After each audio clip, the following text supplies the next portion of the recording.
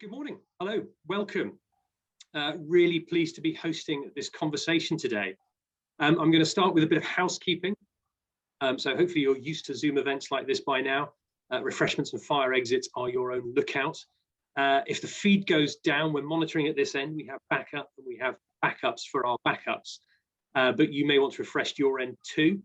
We want this to be as interactive as possible. You'll see there is a question box. We're going to kick off with a few thoughts from each of our panelists, but then we are going to open it to conversation. We want to hear from you.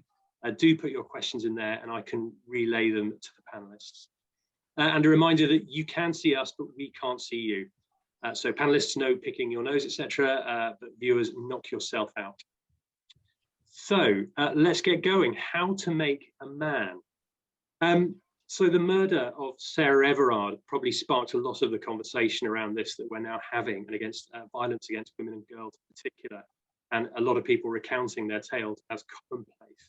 And it came hot on the heels of Everyone's Invited, the anti-rape movement, focusing on exposing rape culture, and it's been talking about what's going on in our schools and our universities, and the question of men's role in this. And I think during this debate at the Centre for Social Justice, we thought we're seeing a lot of the topics that we work on every day coming up time and again. So what is the role of schools? What is the role of education, of universities?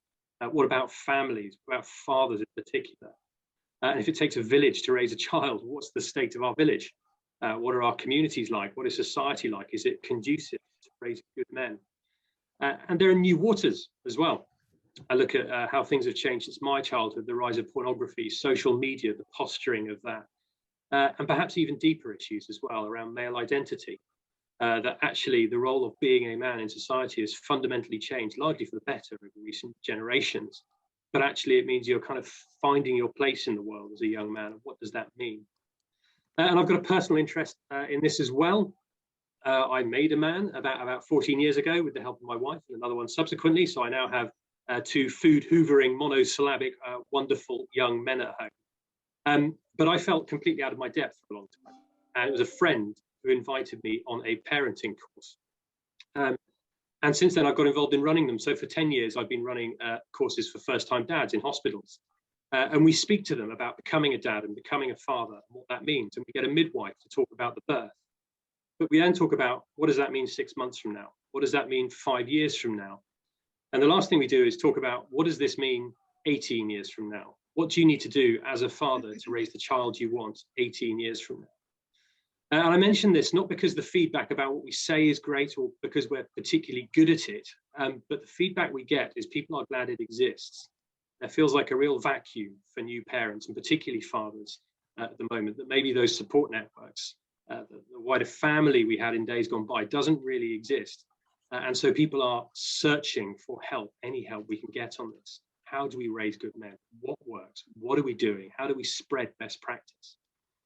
And that brings me rather neatly to our panel, our experts who are going to help us with this today about what does work, how can we spread best practice. So in reverse order, I will briefly introduce them, but they can say more about themselves as well. We'll be hearing from Tim Stanley. So Tim is a journalist and broadcaster. He writes leaders and a weekly column for the Telegraph. You've probably heard him on Thought for the Day, Moral Maze. I think I'm right in saying he's on Question Time this evening. So if you enjoy him now, you can see him again later. But Tim's article was one of the triggers for this event. He wrote a very good article on this a few weeks back, which made us think we needed a conversation about this. We're going to hear from Sonia, Shaljean, who is the founder and managing director of Lads Need Dads, who are a brilliant CSJ award-winning charity. And I've just discovered they've won the Queen's Award for Voluntary Service in the last couple of days, which is fantastic. So Sonia's worked statutory and voluntary sector for a long time with criminal justice, drugs and alcohol, domestic abuse, homelessness. And she found a lot of her male clients seem to share the common factor of an absent father. And that led to her creating Lads Need Dads. Dr. Samir Shah, CBE, he's asked us to remove the CBE, but I think it's worth noting. Recently served on the Independent Commission on Race and Ethnic Disparities, founder and CEO of Juniper Productions, who make political documentaries, TV and radio, former head of BBC Current Affairs, and also the chair of the Jeffrey Museum of the Home. I had to look up the Jeffrey Museum of the Home, so I've not been there, but I saw on their website they have a reputation for furniture and interiors, which feels very topical. But actually, they talk about stories and what home means. Actually, that feels very relevant to this. But first, we're going to hear from Sir Anthony Seldon, who is one of those people with an incredibly intimidating CV. He's an educationalist, a contemporary historian, and actually released a book this month on the history of the British Prime Minister. He's a former Vice Chancellor of Buckingham University, head of Brighton College, former Master of Wellington College. But one of the things that really interested me looking through his CV was he actually introduced well-being into the curriculum whilst Master there. He was ahead of his time in that and actually knows that which he speaks from first-hand experience. I should flag that Sir Anthony will have to leave 10 or 15 minutes early at the end of this for another lecture. So don't be worried if he leaves your screen. He is not left in a fit of pique. It's pre-arranged. But brilliantly, first, I'd love to hand over to Sir Anthony to hear a few opening thoughts from you. Ed, first of all, thank you very much to you and to CSJ. I think this is a really important topic, and it's great that Tim has helped inspire this discussion today. Ed, I am not an expert on this. I've never done any research. I'm going to give you my own personal sense, and really from three perspectives. As you say, for 20 years, I was a headmaster, and for 5 years, I was running a university. So that's one. Secondly, I too am a dad. And since my wife died of cancer, I'm a single dad. And that's really helped me to think again about what it means to be a father. It does change if you're on your own. And thirdly, I do write about prime ministers. There have been 55. How many of those have been women? Just 2. So 53. And there's a lot of self-conscious male behavior amongst those 53. I'm going to just give you, Ed and everybody, 3 conclusions that I have formed in the course of my life. And the first is, it's not easy being anybody. It's not easy growing up. Probably as difficult now as it has been at any time since the Second World War, not least because of social media and the ubiquity of pornography and disturbing, unsettling information flooding in. A child's home, and parents used to be able to know if their children were upstairs, tucked up in bed, they were safe from the outside world. Now they can be tucked up in bed, but have their mobile under their bedclothes, under their duvet, and looking at deeply, deeply disturbing, psychologically mind-altering, disturbing material. So the 3 things that I feel about males are the importance of role models. And we have to have those role models in our primary schools and secondary schools and all the way through in our clubs and churches and mosques and scouts and other activities, because they learn from their significant role models, the young males. It is so important. And if they're not strong, they'll learn the role models will be the boys 1 or 2 years above them, or maybe in their same year, or maybe at the top of the school, who will be giving them behaviors which can be very, very positive. Always as a head, I would get the students, the pupils themselves delivering the messages rather than adults, because it was 10 times more powerful to have them, say, talking about bullying than having an adult talking. Role models, 1. 2, clear boundaries and a clear understanding of consequences, because the adolescent brain doesn't do time, doesn't know that if they smoke this spliff, then this could happen, that if they do this in a party, then this can happen, that if they drink, their behavior will change. It is making them really laying it on with a trowel, the consequences of their behaviors and what the boundaries are. And that I would do greatly as a head. Again and again, so that they knew and they understood in as far as they possibly could what was happening. If they went to a party and did this to a girl, then this will happen. Or if you spoke, do this or bully or whatever other antisocial behavior. 3, and finishing, to be part of a structured environment in which they feel nurtured and cared for, and in which mistakes can be made and learned from, because males, girls too, we're talking about males, will make mistakes, and it is necessary and inevitable to make mistakes. And unless there is that supportive environment in which the young male can see the consequences of that mistake and learn from it and be held and cradled and supported, then they will not turn out as well. So those are my big 3. Ed, over and out with my 5 minutes. Thank you, Sir Anthony. That's brilliant. We're going to move on to Samir Shah very shortly. I wonder if before we do, if I could just pick up on one of those, on that sort of that boundaries and consequences and the structure, the sort of tension there with the nurturing and the structure. Is there a sort of good cop, bad cop to that, or how does that play out in reality? I think sometimes if there are 2 parents, it's very helpful to have one giving conditional love and the other unconditional love. Because I was also my children's head teacher, I would be the soft one and the good cop, and my wife, when she was alive, was the bad cop. So, and I think it helps, and it happens. The tutor, classically the form tutor in state schools, the head of year, might be the good cop, arguing for the child, and the head and the deputy head discipline might be the bad cop. But yes, it can work out, because they need to see both sides. They need to feel love, but they need to feel boundaries too. You need both, and you need 2 wings to fly the plane of a that sounds very corny, of adulthood. And without both of those, I don't think it will fly so well. Brilliant. Thank you. Really thoughtful. And do, if you're watching, do send us in questions as well about anything that's being raised. Dr. Samir Shah, over to you next, if we may. Thank you, Ed. So rather like Anthony, I'm not an expert in this area, but I was asked by to talk about media portrayal of masculinity. And I thought, wow, that's a big topic. So I decided to start somewhere else altogether. And you mentioned that I'll come back to the media if I have time. With any luck, I won't. You mentioned I was part of a commission on the race report that came out recently, was greeted with such opprobrium from certain quarters.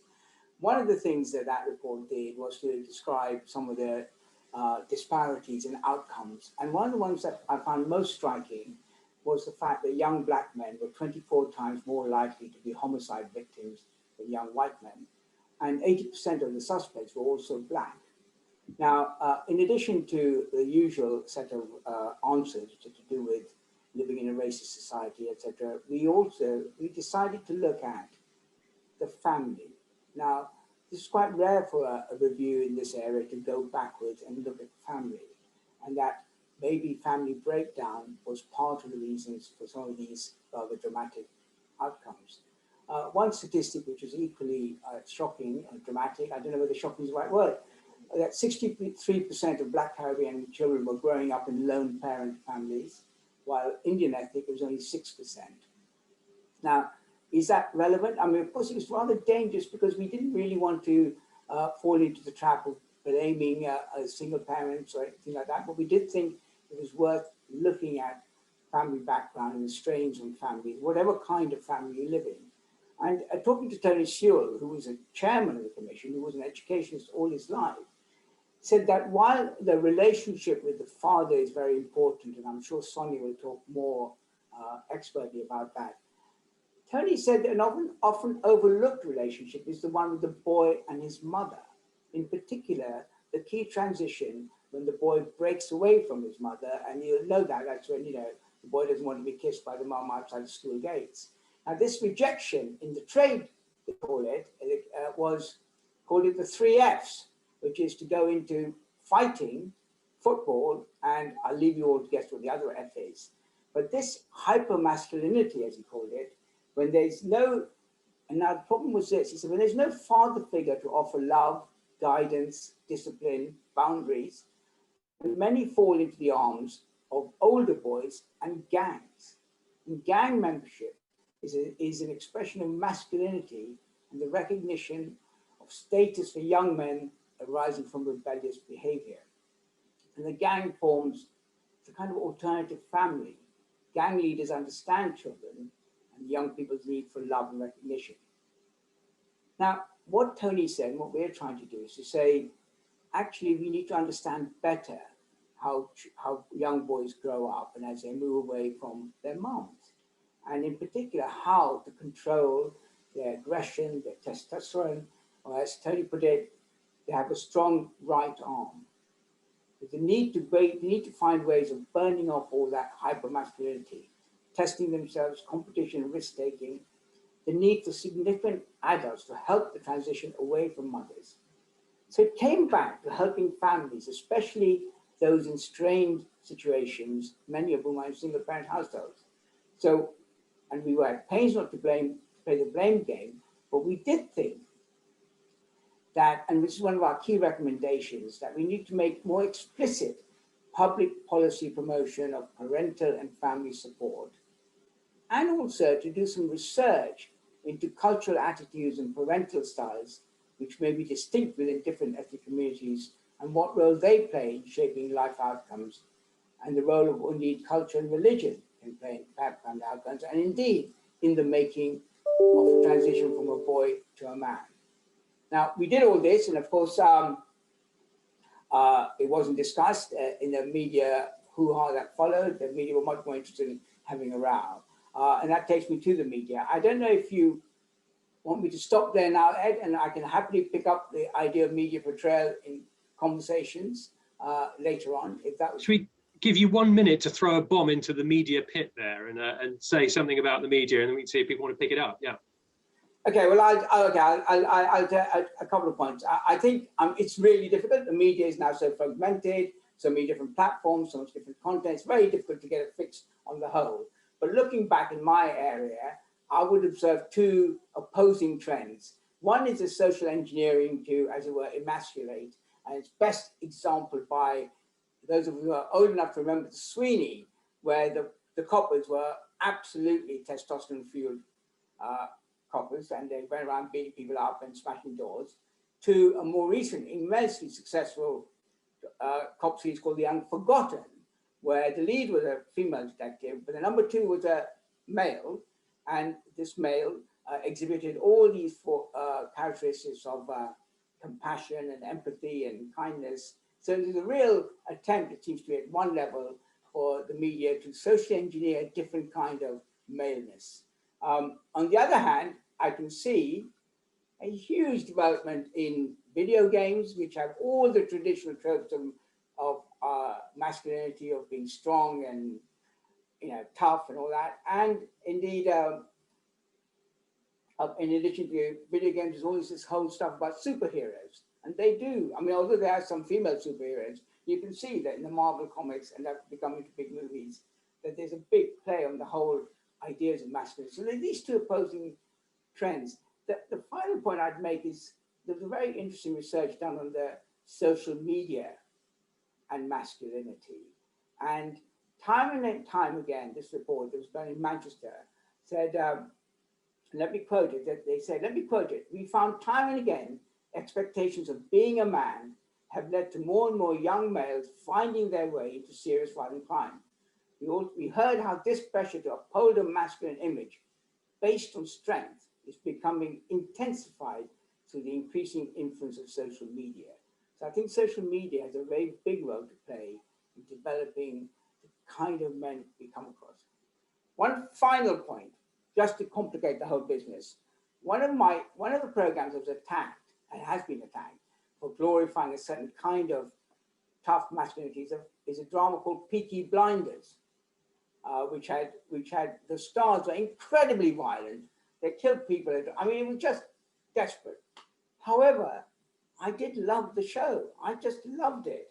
So I think we need to be careful to make a straightforward causal relationship between what you see on the screen in the media and the behavior you see off screen.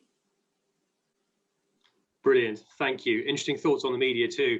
I think, I mean, Tim later will be our media representative, although I'm not sure he can take responsibility for Peaky Blinders. It would be good to hear a bit from him on that as well. But first, let's go over to Sonia, who's right at the front line of this, working with young men day in, day out. Sonia. Okay, thank you. Well, Samir and Anthony have really touched on some of the ground that I was going to cover regarding fatherlessness.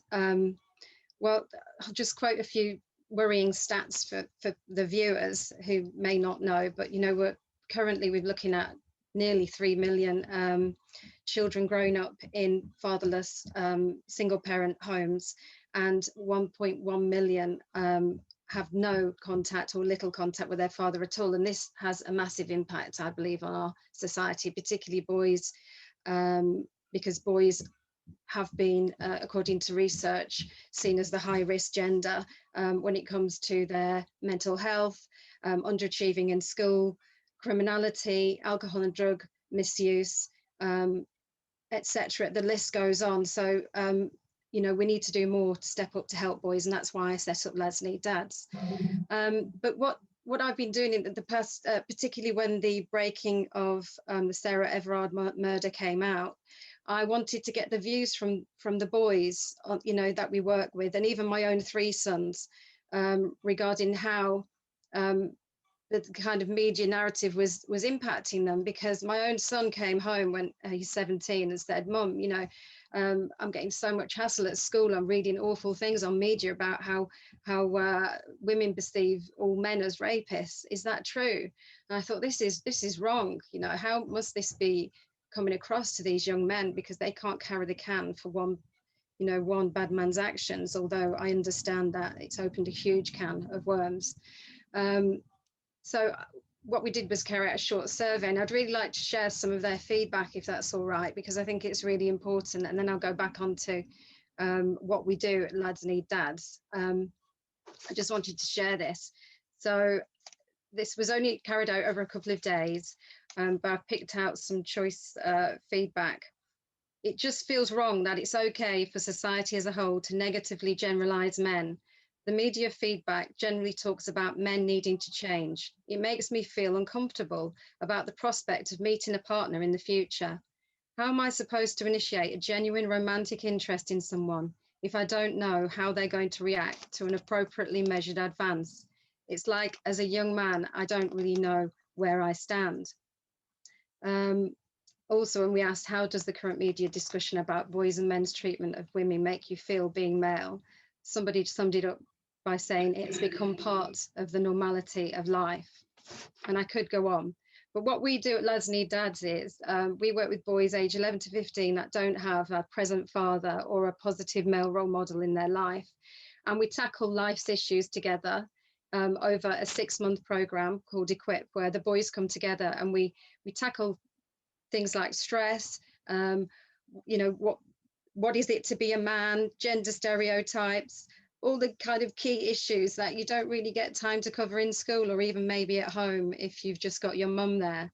And we stretch them, we take them out on adventures just to help test those boundaries, which often, and I want to go back to what Samir said about breaking away from the mother. A big part of our work is working with the mother, because what we find is some of the boys have got kind of quite smothering mothers, or helicopter parents, we call it. And we find that can often stunt them being able to take those risks, which they need to take, which if dad was present, they would naturally do if he's an active and positive father figure. So I think a lot said about the absent father and the impact on society, and rightly so, because fathers have a huge important role in you know, raising that child's sense of self-esteem. And boys do better if they have a dad, you know, with in their life, with school, with their achievements, how they pursue their different career paths, etc. It goes on. But when they're absent, it hugely impacts the relationship they have with their mother. And we have to do a lot of work with the mother to help her let go of her son and allow him to go through that transition onto the, you know, the journey to manhood. And that's what we provide with our mentors. The way I liken it, it's like a bridge. If you imagine a bridge, and you're a young man walking over the bridge to the other side to become a man, it's a transition. It doesn't happen overnight, and that's why we work with boys for up to 5 years, from 11 up to maybe with their 16, 17. And our mentors are like the struts almost that hold that bridge up, because without that male support in a boy's life, when things come along, they can get blown down. You know, it's hard enough anyway with 2 parents, but take one away and life gets shaky. So our mentors help support that young man as he traverses across that kind of bridge to the other side and walks alongside them. So the role models that Anthony was referring to is absolutely critical in the lives of our young men, particularly fatherless ones, and giving them that secure environment to support each other, because the approach we take at Lads Need Dads is group. So we don't do one-to-one, we do everything in group. So the boys are learning and supporting each other along the way and being able to express how they feel and learn emotional intelligence, which is absolutely key. If we're going to help our young men develop into healthy men, they need to be able to understand how they're feeling, but also how others are feeling.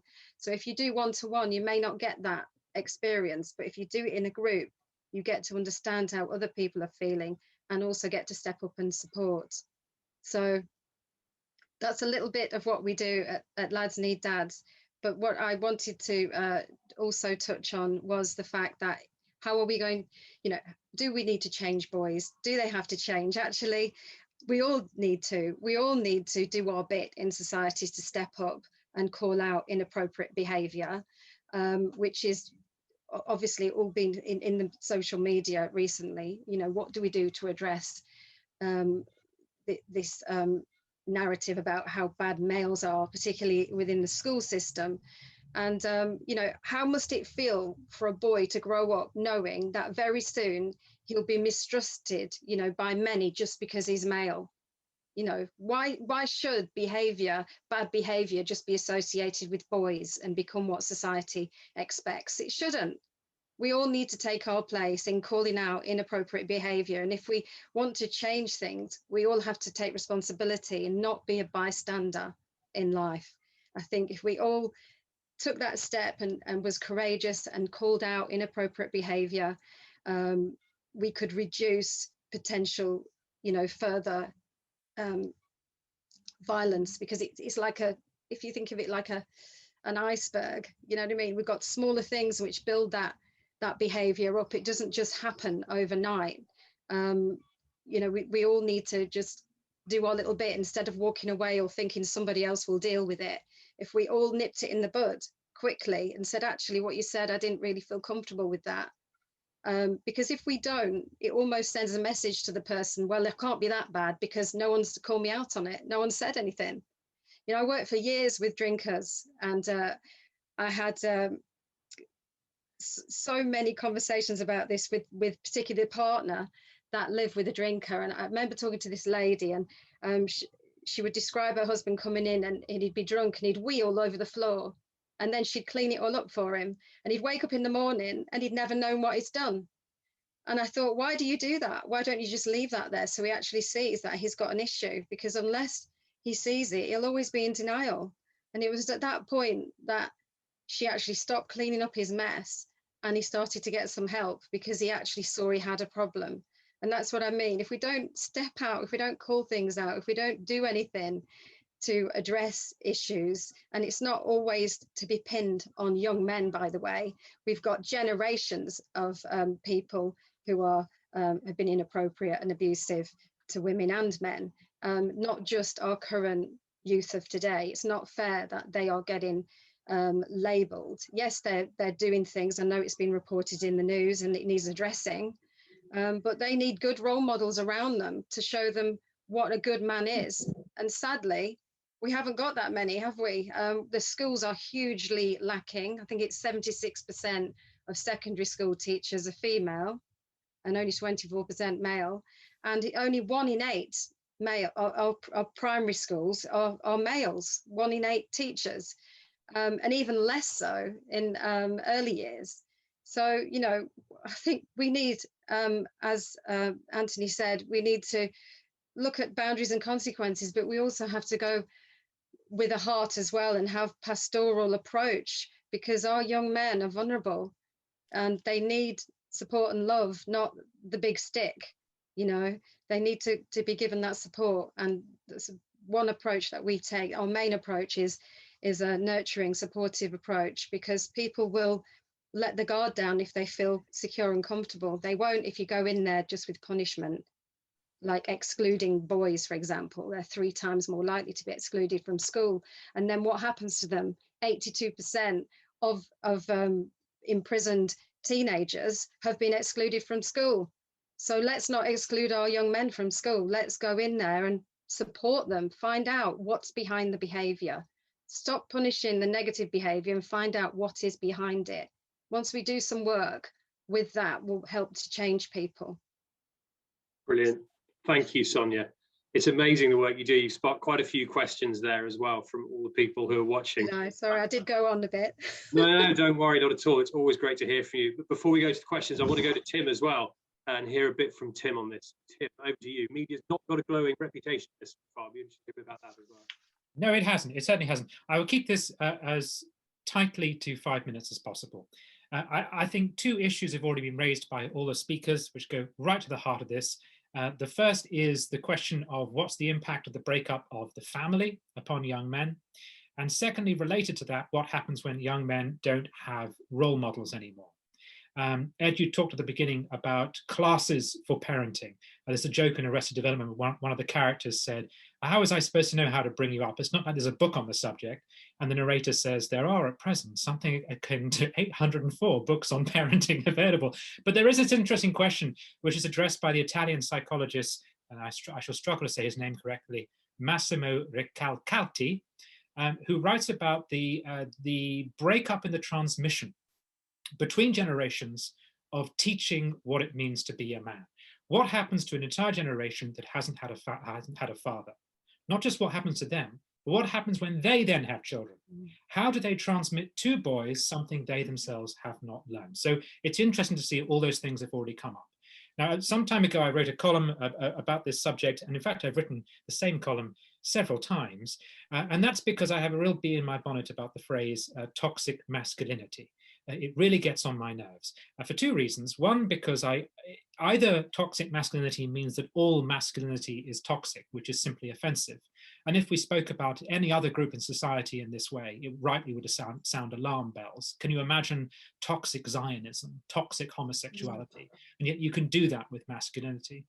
Or else the phrase means that there is something specific called toxic masculinity, which means there is a dimension to being masculine that could be carved out of boys and men, could be sort of removed almost surgically and thrown away.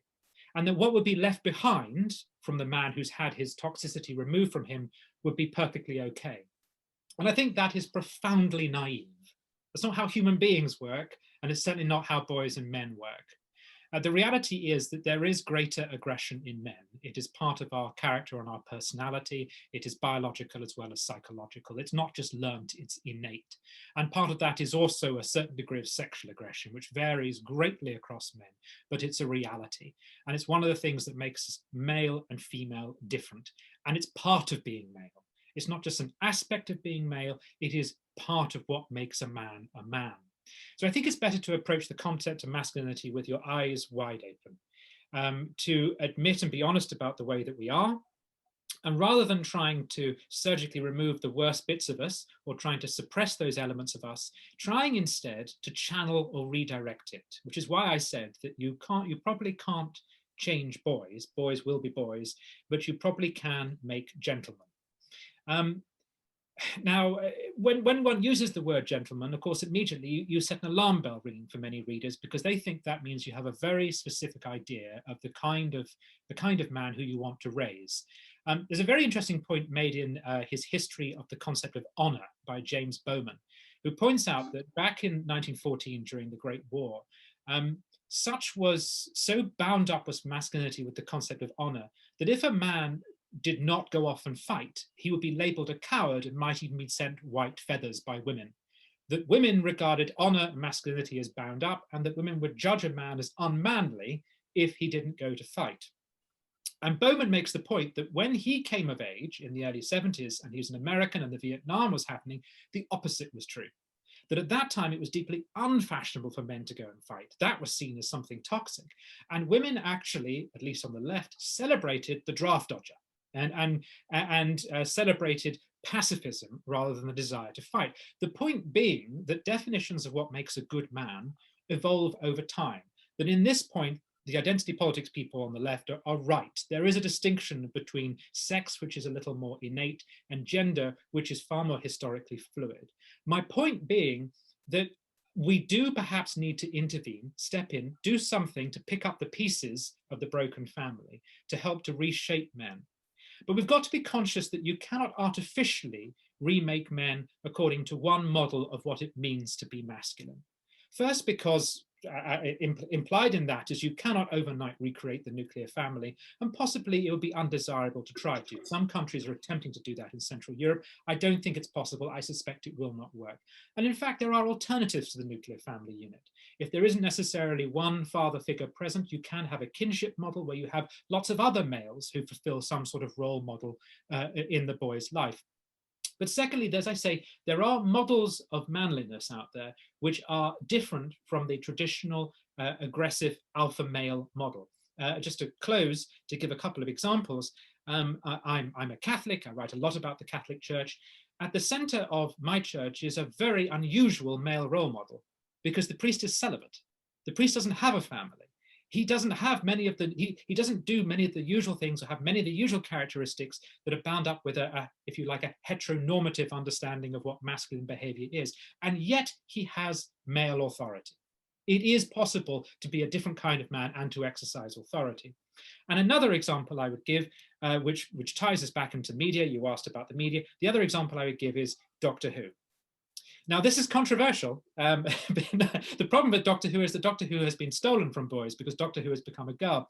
But actually, if you look at Doctor Who, you're wondering about positive male role models in the media. There was one of them. The Doctor resolved disputes without violence. He resolves them using intelligence. That's at the heart of the character of Doctor Who. He's an Edwardian eccentric.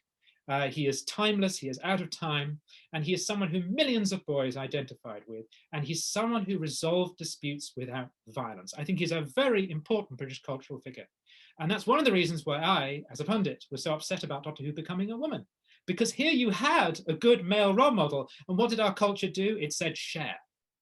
Now, men do have to learn to share. Things are changing. Society is moving on. Men have got to give up power. They've got to give up responsibility. But I do think there's got to be an element to our culture which says this is for men. This is about men. Listen to men and let men be men, while also becoming better individuals. And I'll stop there. Brilliant. Thank you, Tim. We've covered a huge amount of ground there. I have to say, I was expecting things like social media, school, home, families. I wasn't expecting Doctor Who. But great to get him or indeed her now in there. I'm going to go dive straight into some of these questions as time is tight. And the first one, I think I'd like to direct this at Sir Anthony, if I may. This is from Rianne, who says, what could we learn from the Everyone's Invited campaign, especially on what the role of schools versus family is in raising children? So you've worked at some high-profile private schools who currently, a lot of private schools are experiencing this campaign and what's going on in those schools. What is that tension between schools and family in raising children? Thanks, Rianne. That's a really, really good question. I was also executive head of Wellington Academy, a state school, but overwhelmingly I've been with more privileged children. I think, Rianne, that both need to be involved side by side. And I think the more that helicopter parents notwithstanding, the more that schools can bring in parents and see it as a collaborative process on parents' evenings, on information evenings with parents. And it's a three-way. The ideal is a tripod, I would always say, as a head of the child, the school, and the home, working together with common development of that child's moral and indeed spiritual sensibility. The journey to wholeness begins not in 20s or 30s or second half of life, but it begins as a child. And the journey to wholeness means that that male needs to recognize and acknowledge the empathetic, the compassionate side within it, while also acknowledging, as Tim was saying, the other male attributes which are absolutely are there, about being dominant, about needing to be big and prominent, to be sexually prevalent and conscious. So it's a journey to wholeness. I mean, that's what education is. Home needs to be every bit as much, because parents need to understand more. They often haven't read those 840 books on parenting, as Tim was suggesting. They need to understand more what, not ephemeral research, but really gutsy research is showing about what works in bringing up males and children, indeed, overall. There's so much to share.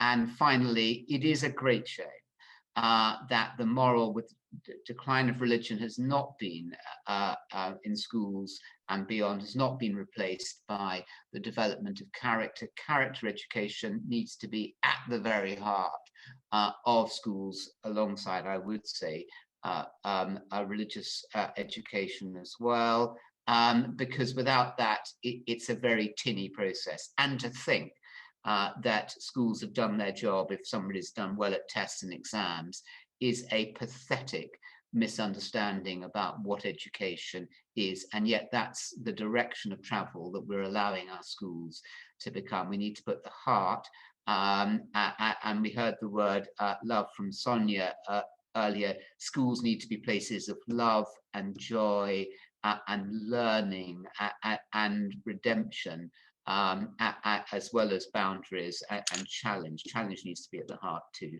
And it can be done. This is not a dream. Look, Ed, the best state and independent schools are doing this and working with homes. Thanks, Rhiannon. Thank you. I just wonder if I could bring in Sonia on that. You mentioned that, though, Sonia, you work both across the schools and the families, and you see sort of both sides of that coin. I wonder what your experience is of that. Yeah,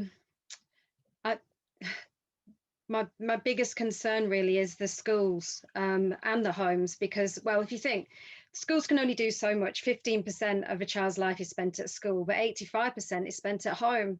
So we can't lay everything at the school's doorstep, can we?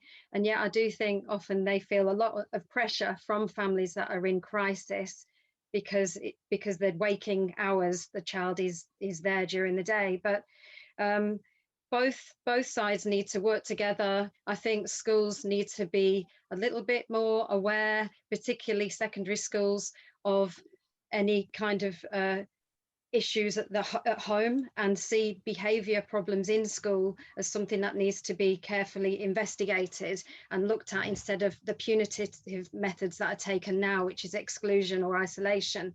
Leslie Dads, we're currently working on some research across Essex to have boys with absent fathers who transition from primary to secondary have like a flagging system in place, so that schools are aware that when those boys come to them, that they need extra special care and attention. Actually, you know, if we know boys with absent fathers are higher risk of underachieving at school, of mental health problems, of exclusion, or going into drug, alcohol, or offending behaviour, then wouldn't it make sense that every school that these boys go to, the secondary schools, that they're aware if there's no positive male role model in that child's life, because research has showed us that they are higher risk. I would want to know who my year 7 boys was if I was a headmistress this year, who's coming into my new year, and then make sure that I've got a plan in place with my pastoral team.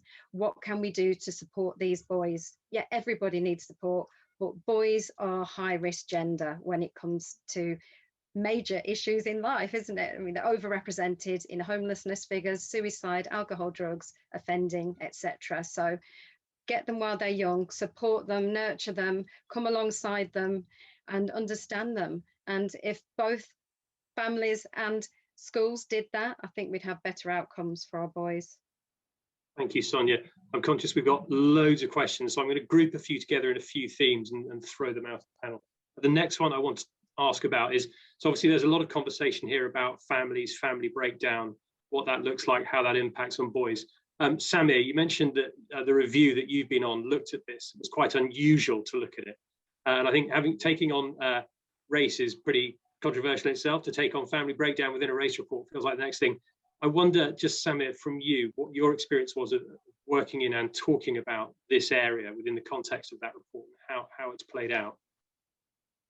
Well, you're right in suggesting we were very nervous about entering into this particular area, because it's rare in this world of race where we're much more comfortable talking about external factors affecting your outcomes, to start looking at things that you're more internal to do with your own background.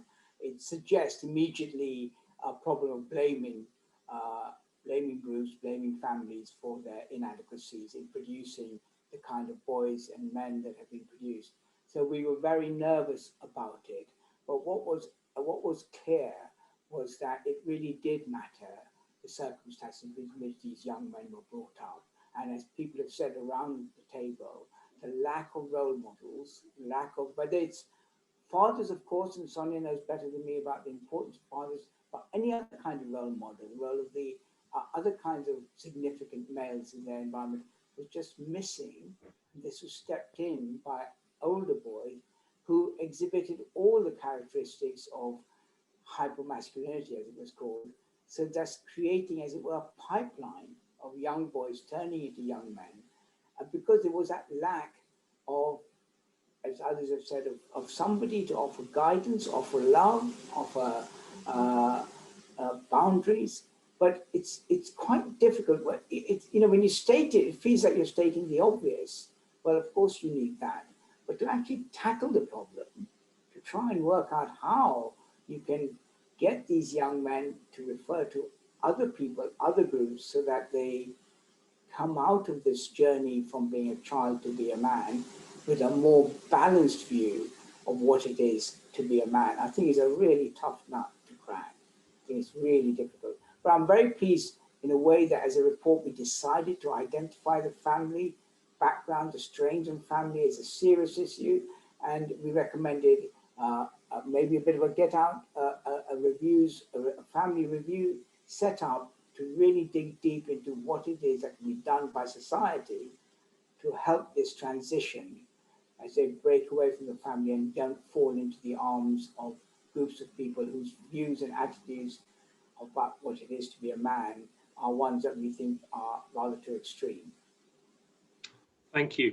I'm conscious of time, that we need to release Sir Anthony with our blessing at this point, that he has another lecture to attend. So Sir Anthony, thank you very much for coming. Ed, thank you very much. It was a really interesting discussion. If I can follow up any of the questions online later, I'd love to. Brilliant. Thank you very much. Thank you. We've got the rest of you for 10 more minutes, so I'm going to throw a few more things out there. We just heard there about role modeling, and we've heard a lot about that, about the importance of role models.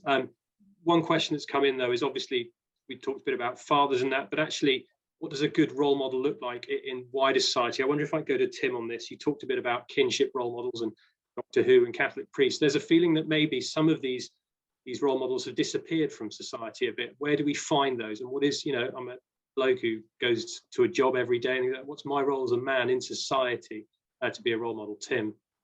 Gosh, it's such an enormous question. I noticed people have also raised the subject. A couple of people have mentioned Jordan Peterson. I've noticed going through the questions and answers, and I know that he's been struck after he's given talks that young men have come up to him and have been quite emotional in their response to his talks, and that is because they have said, no one has said these things to me before in my life.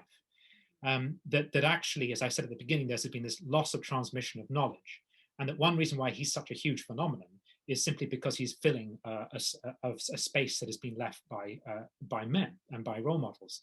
So how do you create them? Well, first of all, individuals have to make the decision to step in and do something where someone else might not be doing it. For instance, I am a godfather. I don't think I'm a particularly good one, but that brings with it certain attendant responsibilities that I hope I will be able to help a family, because I will be providing a certain degree of moral perspective that perhaps they don't have the time to do. So it might be that you can provide that thing which is missing in some people's lives. So I guess you've got to do it for voluntarism, but don't overlook the role of economics in the state. And part of the problem with the right is we do tend to, which is one reason why there's some anxiety about talking about family, we do tend to go to personal responsibility, personal relationships. And that does feel like it's blame, but also it can overlook the big role that economics plays in people's lives. Can they afford to spend time with their kids? Can they, have they got the time, have they got the space to raise their children in a certain way? If they're being forced to work every hour God sends on very low wages, and they cannot do that.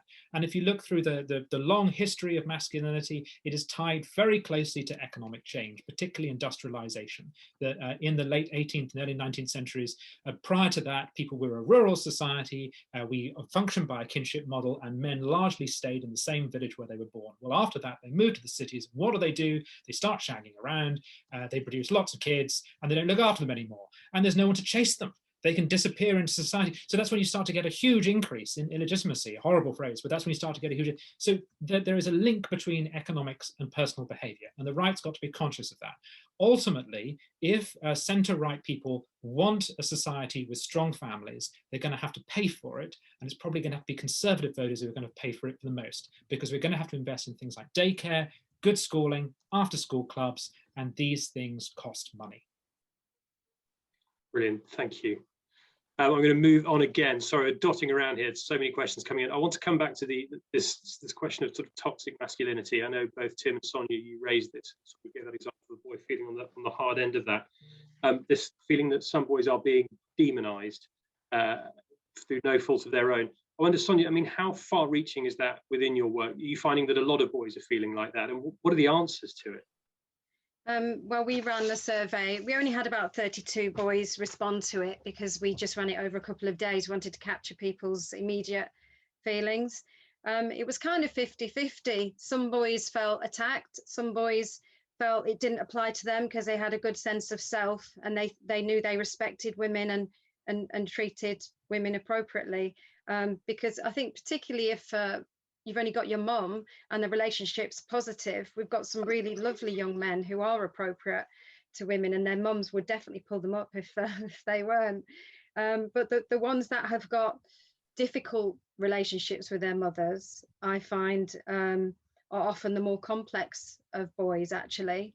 And they've got the issues with dad, but also the issues with mothers. And I think it's absolutely critical that we do some work around the mother relationship with their sons, because if a young man has a very, very difficult relationship, challenging conflict relationship with his mother, it can really bring out issues in that young person's behavior towards women and relationships in the future. And I have worked with domestic abuse for many years, both with perpetrators and victims of domestic abuse. And some of the most challenging men that I've worked with haven't just had an absent father or a poor role model, they've had very damaging mother figures. And I think, you know, we can't lay the blame at the father all the time. We have to look at the mother and their relationship.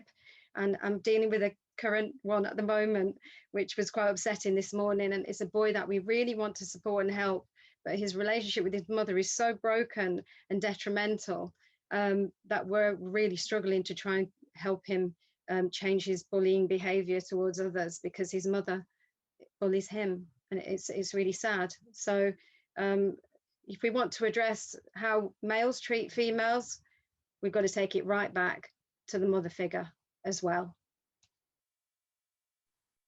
Tim, is there anything more you'd say on that side of things, on the toxic masculinity side, that victim side? I just to add one more thing, just to come back to Jordan Peterson. He says he says to feminists in particular, you don't want broken men. When you talk about toxic masculinity, there's this sense of writing men off, abandoning them, but you don't want broken men, because we know that there is a link. We've talked a lot here about crime, but there's also an even more terrifying link between men feeling listless and political extremism. So there is a reason for everyone to want to fix this. because you don't want a society full of men who've got nothing to do and are angry. There are about 50 other themes that are coming out of these questions, which we're not going to have time to get to. So what I'm going to do, I'm just going to summarize a few of them that are coming up, and then give each of our panelists a chance to just pick up on one of them or say one last thing before we move on. There is stuff about the role models, celebrities, things like that. How we talk about family breakdown is quite difficult, is it? I mean, Tim, you mentioned that, you know, we might not have a nuclear family anymore. We can't go back to that. Where do we go next? How do we talk about this well? A couple of questions there about if you have two female parents, so if you have lesbian parents, what does that look like in this thing? Pornography has come up there a couple of times. It's definitely a very different world from when we were growing up, and maybe now access to pornography and the type of pornography.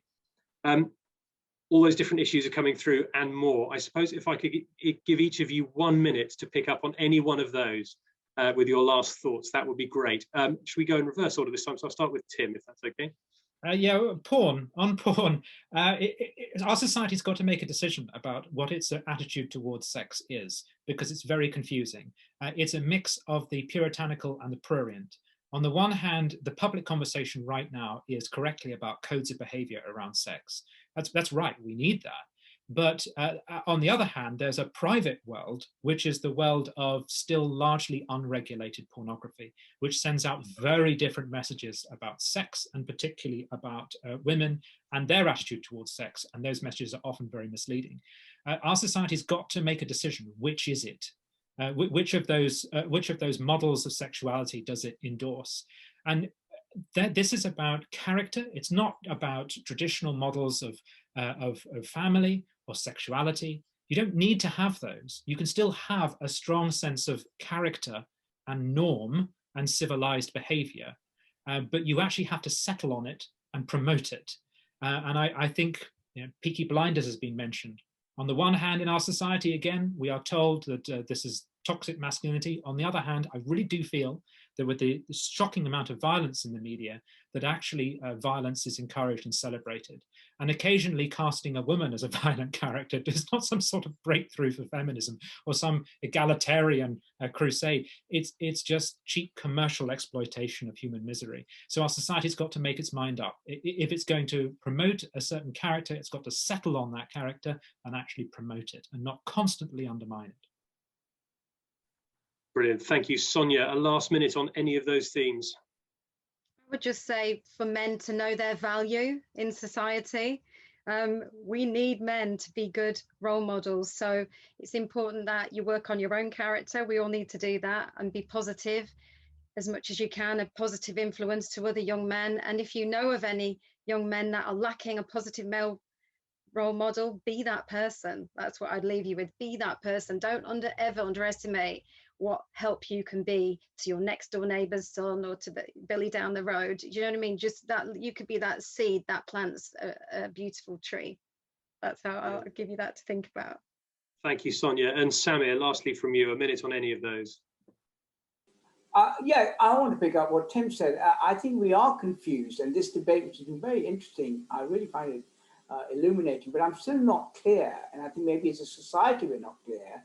What is it about masculinity that we think is good? What are the characteristics and traits of masculinity which is good? And what are those that we think are, in your term, toxic? And I'm not sure where we ourselves feel we draw the line here. And I think the clearer we are about that, and I think we are currently confused about it, the better able we will be to transmit those values to young boys and young women. I mean, one of the things about Jordan Peterson was that he did for the first time actually say to young men that some of your qualities are okay. They're all right. You don't have to feel bad about it. I'm not sure what qualities of masculinity we should feel good about, and where does it stray into being toxic. And it would be great if we could make that distinction clearer. Brilliant, thank you. Time has beaten us. It is now exactly 1 o'clock. I think I'm supposed to give some sort of pithy wrapping up summary at this point of all the points that have been made. I'm not even going to attempt it because there is a lot in there. But a huge thank you to our 4 panelists for that and for some really engaging thoughts. And a big thank you to those of you watching and sending in questions as well. I think that's brought so many issues forward. But it's great to hear what you're all thinking about as well. I would encourage you, if you don't know the CSJ well, keep in touch with us. We love to hear from people out there doing real things and seeing real things. And we will be running future events like this, quite potentially on this exact topic. So thank you again. Thanks for coming. And hopefully we'll see you all again soon. Bye now.